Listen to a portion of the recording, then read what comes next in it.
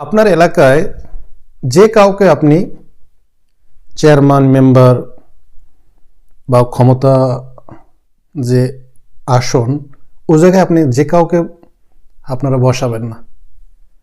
একটা এলাকার 7 বাড়ি 10 বাড়ি বা 16টা বাড়ি যতগুলি বাড়ি রয়েছে এই বাড়ির মানুষরা মিলে আপনাদেরকে বিবেচনা করতে হবে যে আমাদের এই এলাকার মধ্যে কে সৎ আছে, কে আমাদের এই এলাকার জন্য কাজ করতে পারবে।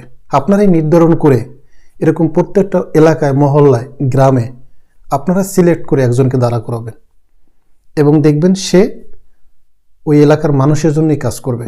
কারণ 10 জনের ভাবার মধ্যে যে গুরুত্বপূর্ণ বিষয়গুলি থাকে, যেটা যে একজনই টপ করে দাঁড়িয়ে গেলে যে আমি মেম্বার হব সেটা কিন্তু সম্ভব না। এখন দেখবেন যারা মেম্বার হয় তারাও কিন্তু মানুষের পিছে টাকা ঢালে ওই গম চুরি করার জন্য।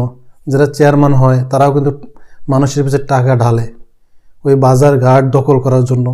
গরুর বাজার, ছাগলের বাজার, হাট বাজার, লঞ্চ ঘাট এগুলি দখল করার জন্য কিন্তু তাদের ওই নেশাই থাকে ওইটা।